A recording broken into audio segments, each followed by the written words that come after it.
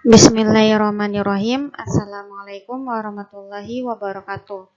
Pada kesempatan ini saya akan menjelaskan sedikit tentang materi menilai diri, etika dan profesi keguruan. Dengan saya sendiri, Indiani Solawati, dan rekan saya Muhammad Zulkifli Nurdian. Pada bagian ini saya akan menjelaskan bagian pertama.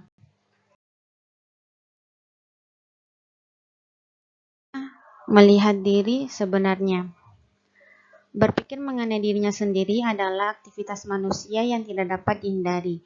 Pada umumnya, secara harfiah, orang akan berpusat pada dirinya sendiri, sehingga self atau diri adalah pusat dari dunia sosial setiap orang.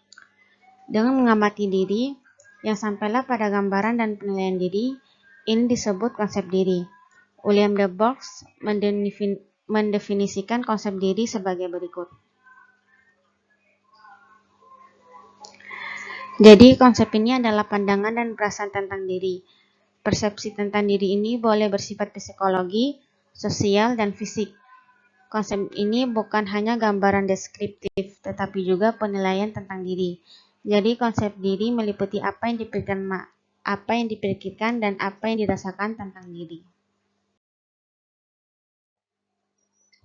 Menurut James, diri ini terdiri dari 4 komponen, yaitu yang pertama diri spiritual.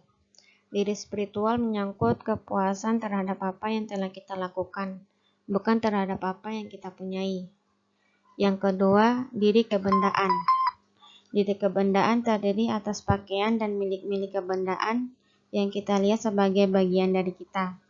Yang ketiga, diri sosial. Diri sosial adalah segala sesuatu yang berhubungan dengan orang lain. Setiap individu memiliki banyak diri-diri sosial yang berbeda-beda. Sebanyak individu-individu dan grup-grup yang dianggap penting. Dan yang terakhir, diri badania. Diri badania ditempatkan terakhir. Diri badania berkaitan dengan kondisi fisik seseorang, seperti tinggi, gemuk, pendek, berotot, mancung ataupun pesek, kulit terang atau gelap, rambut lurus ataupun rambut keriting. Oleh karena pengungkapan diri merupakan perilaku pengungkapan diri secara jujur, keberanian mengambil resiko membuka topeng merupakan salah satu persyarat yang harus dimiliki. Seringkali orang merasa kurang aman untuk mengungkapkan dirinya dan lebih senang berlindung di balik topeng. Muncullah kekhawatiran seperti, jangan-jangan saya tidak bisa menjawab soalnya, jangan-jangan saya dijadikan bahan tertawaan, jangan sampai saya lupa isi pidatonya, dan lain-lain. Padahal, melalui pengungkapan diri, pribadi akan semakin berkembang. Selanjutnya, ketidaksadaran.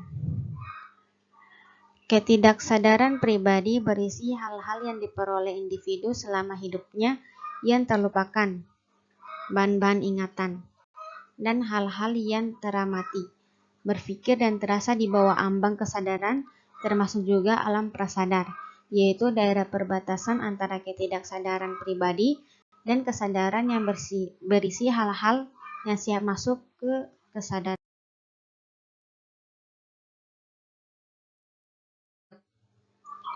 Menurut Jung, ketidaksadaran dibagi menjadi dua, yaitu ketidaksadaran pribadi dan ketidaksadaran kolektif.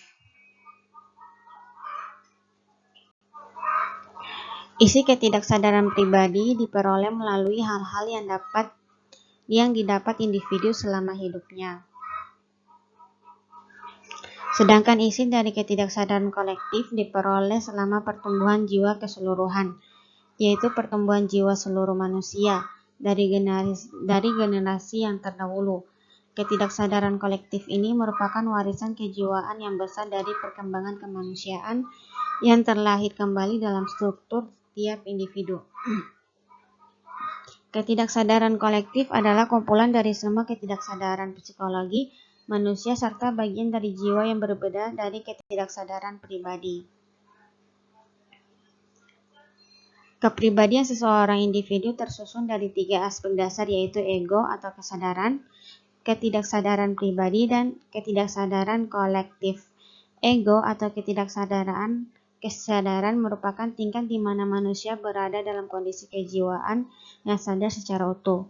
Ketidaksadaran pribadi berawal dari pengalaman-pengalaman manusia yang muncul secara sadar, kemudian direfleksikan atau bahkan dilupakan. Hal ini berarti ketidaksadaran pribadi menempatkan posisinya dalam kepribadian manusia sebagai bagian sadar dan tidak sadar seseorang manusia. Ketidaksadaran kolektif merupakan sesuatu perilaku yang sudah ada dari masa lampau atau bersifat secara tidak sadar. Kepribadian ini berkaitan dengan ketidaksadaran pribadi yang kemudian membentuk ketidaksadaran kolektif. Ketidaksadaran pribadi dan ketidaksadaran kolektif sendiri memiliki keterkaitan satu sama lainnya melalui bagaimana seorang manusia mengekspresikan ketidaksadarannya itu. Karena ketidaksadaran merupakan komponen utama yang menyebabkan ketidaksadaran pribadi dan ketidaksadaran kolektif memiliki keterkaitan satu sama lain.